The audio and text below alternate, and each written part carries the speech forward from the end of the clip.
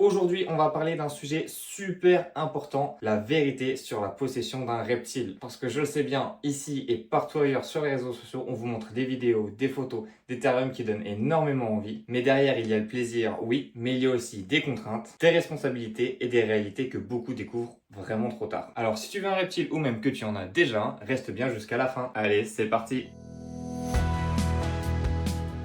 On va commencer par ce qui est le plus cool, parce qu'on va pas se mentir, si on est dans la terréophilie, c'est bien parce qu'on les aime, ces petits animaux. Avoir un reptile à la maison, c'est un petit peu un plaisir unique. C'est pas un chat, c'est pas un chien, c'est une relation qui est vraiment différente. Déjà, juste les observer, c'est fascinant. Leur comportement, leur couleur, leur façon dont ils bougent, se nourrissent, se chauffent, c'est vraiment un truc fascinant et qui est un vrai plaisir à observer. Tu vas vraiment pouvoir passer des dizaines de minutes devant ton terrarium à observer ton reptile, que ce soit un serpent, ton gecko ou même ce magnifique iguane.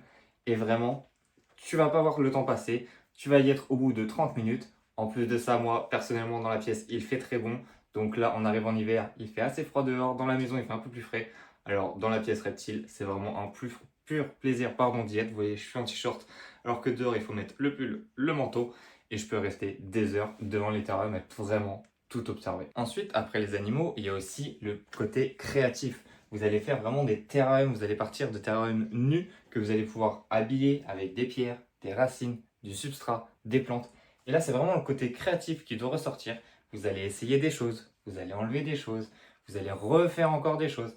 Et d'ailleurs, petit spoil pour ceux qui suivent activement la chaîne, vous voyez que c'est déjà la troisième fois qu'il a changé. Je ne vous l'ai pas encore présenté sous cette forme-là.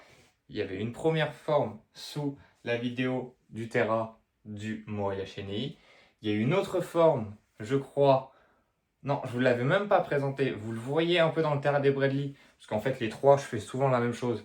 Il avait changé une deuxième fois. Et là, les trois Terra ont encore changé. Je pense que je vous ferai une vidéo dans pas longtemps sur ces terrariums-là. Parce qu'ils sont pas encore finis. Vous voyez que c'est encore des plantes en plastique.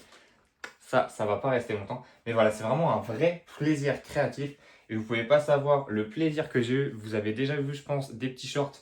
Mais quand j'ai rajouté cette grosse vigne là sur tout le terrarium et que j'ai vu mon Moria Chenei grimper partout sur la racine, c'était vraiment un pur plaisir. C'est vraiment satisfaisant de se dire qu'on a réussi vraiment quelque chose de beau, qui nous plaît, qui plaît aussi au reptile, parce qu'il faut bien évidemment penser à son bien-être.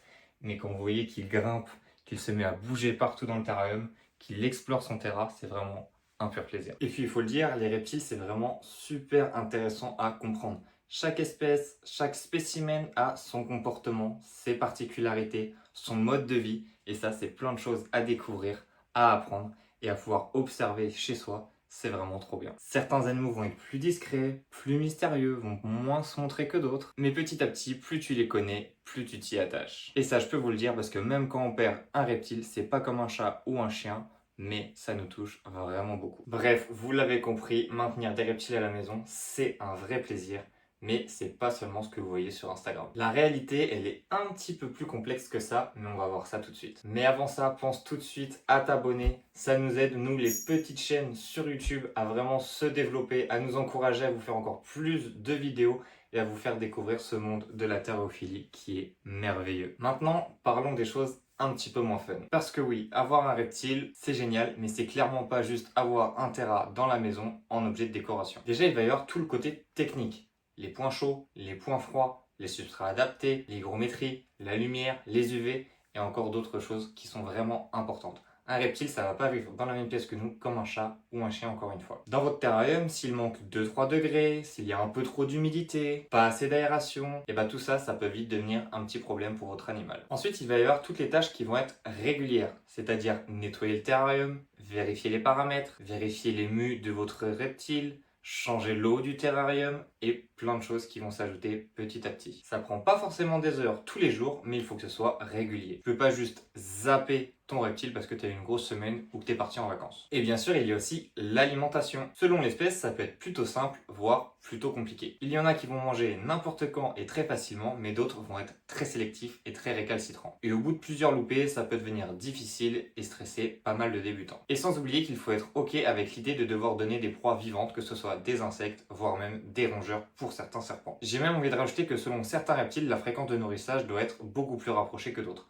Un serpent adulte peut aller jusqu'à une fois par mois, L'iguane que je vous ai sorti au début, c'est plusieurs fois par semaine. Et pour finir, comment oublier aussi les frais de votre reptile? Beaucoup, beaucoup, beaucoup l'oublient quand ils achètent leur premier reptile, mais il faut pouvoir l'assumer toute sa vie. Bien évidemment, quand vous allez acheter l'animal, vous allez avoir votre premier frais qui est l'animal en lui-même. Mais il ne faut pas oublier que c'est souvent les frais qui vont vous coûter le moins cher tout au long de sa vie. Car quand vous achetez l'animal, il faut aussi s'occuper du matériel, le terrarium, l'électricité, la nourriture, les plantes si vous voulez en mettre, l'entretien et bien évidemment les frais vétos si besoin. Et puis je vais pas te mentir, comme je te le dis très souvent sur cette chaîne et comme beaucoup d'autres passionnés essaient de vous le dire au maximum, si t'es pas bien renseigné sur l'espèce, le moindre petit problème peut lui être très fatal. Alors il va falloir se former, apprendre, lire des livres, se renseigner sur internet, se renseigner auprès d'éleveurs, mais surtout prendre du temps pour apprendre à s'occuper correctement de son animal. Et je vous dis ça, mais moi-même, je continue d'apprendre, de me former, de lire des livres, de poser des questions à énormément d'éleveurs sur telle ou telle espèce, même sur des espèces que j'ai à la maison. Je me remets souvent en question sur telle ou telle méthode de maintien, telle ou telle méthode de pratique, que ce soit de manipulation ou quoi que ce soit. On essaie toujours d'apprendre, même quand je discute avec des anciens latérophiliques où ça fait 20, 30 ans, ils me disent toujours la même chose. On continue de se former, on continue d'apprendre de nouvelles choses. Et puis il y a tellement d'espèces à découvrir, il y a tellement d'espèces que je ne connais pas. On me pose souvent des questions sur telle ou telle espèce en privé sur Instagram.